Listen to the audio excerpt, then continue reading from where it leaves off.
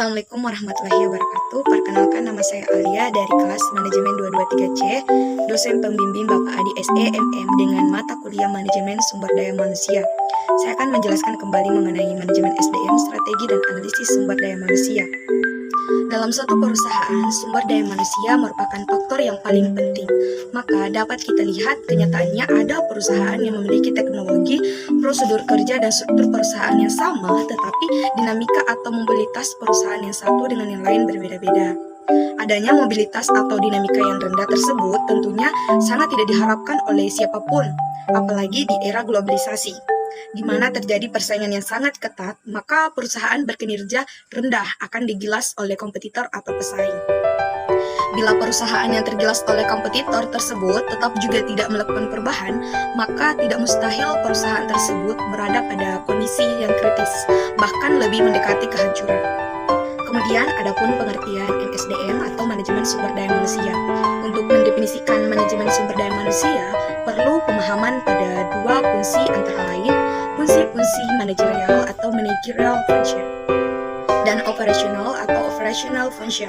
Perlu diketahui kembali bahwa fungsi manajemen adalah perencanaan, pengorganisasian, penyusunan staf, pergerakan, dan pengawasan, dan fungsi operasional. Berdasarkan sumber daya yang ada pada organisasi, maka manajemen dapat digolongkan ke dalam manajemen sumber daya manusia, keuangan, produksi, dan pemasaran. Manajemen sumber daya manusia berkaitan dengan pengelolaan manusia melalui aktivitas-aktivitas organisasi dan fungsi-fungsi operasionalnya. Dengan demikian, MSDM dapat didefinisikan sebagai suatu proses perencanaan, pengorganisasian, penyusunan staf, pergerakan, dan pengawasan terhadap pengadaan, pengembangan, pemberian kompensasi, pengintegrasian, pemeliharaan, dan pemisahan tenaga kerja untuk mencapai tujuan organisasi. Selanjutnya adalah strategi sumber daya manusia. Strategi sumber daya manusia berkaitan dengan misi, visi, strategi perusahaan atau SBU, strategi business unit, dan juga strategi fungsional.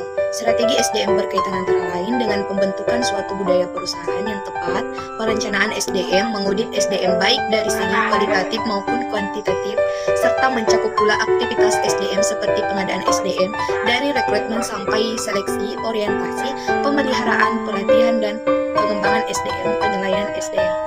Tujuan strategi sumber daya manusia adalah untuk menopang keberhasilan suatu organisasi atau perusahaan, baik dalam bidang produksi maupun jasa, organisasi bisnis ataupun organisasi non-bisnis. Dalam pengelolaan dan perencanaan tenaga kerja yang tepat guna, tenaga kerja harus bisa efektif dan efisien. Agar tenaga kerja atau sumber daya manusia tersebut menjadi efektif dan efisien, maka tenaga kerja itu harus: 1. Dimanfaatkan secara efisien dalam lingkup operasional yang ada. 2. Memiliki mutu kehidupan kerja yang baik dalam suasana yang saling terkait dan saling percaya. Kemudian adapun peran strategis manajemen sumber daya manusia. Peran strategis sumber daya manusia dalam perusahaan adalah mengarahkan seluruh sumber daya atau kemampuan internal untuk menghadapi pentingnya pasar sebagai faktor eksternal. Kemudian adapun peran SDM dalam merumuskan dan melaksanakan strategi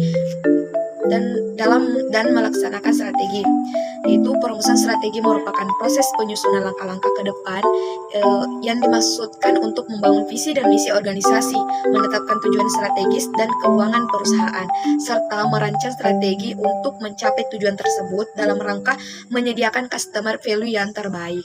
Kemudian adapun analisis pekerjaan MSDM. Proses dalam menganalisis pekerjaan melalui langkah-langkah sebagai berikut. Yang pertama, menentukan penggunaan hasil informasi analisis pekerjaan, artinya menganalisis harus mengetahui secara jelas apa kegunaan hasil informasi analisis pekerjaannya, karena hasilnya akan digunakan untuk menentukan jenis data yang akan dikumpulkan dan teknik pengumpulan datanya. Kemudian yang kedua, mengumpulkan informasi tentang latar belakang, artinya penganalisis harus mengumpulkan dan mengkualifikasikan data, meninjau informasi latar belakang seperti bagan organisasi atau bagan proses dan uraian pekerjaan. Yang ketiga, menyeleksi muakal jabatan yang akan dianalisis, artinya penganalisis harus memilih beberapa muakal jabatan untuk dianalisis. Hal ini perlu dilakukan untuk menghemat biaya dan waktu jika banyak pekerjaan yang akan dianalisis.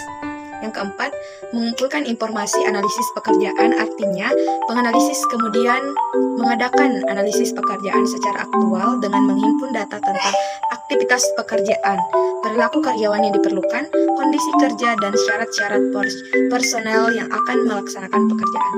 Yang kelima, meninjau informasi dengan pihak-pihak yang berkepentingan, artinya analisis pekerjaan menyediakan tentang hakikat dan fungsi pekerjaan, informasi hendaknya diverifikasi dengan pekerjaan yang akan melaksanakan pekerjaan itu, serta atasan langsung karyawan bersangkutan.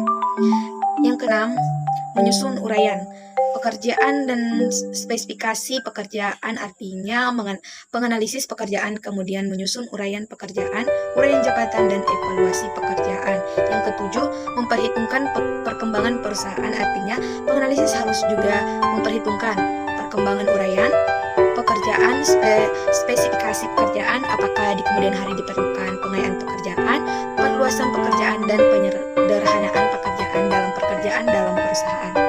Nah, itulah tadi yang dapat saya sampaikan mengenai manajemen sumber daya manusia, strategi dan analisis sumber daya manusia. Kurang lebihnya mohon dimaafkan. Wassalamualaikum warahmatullahi wabarakatuh.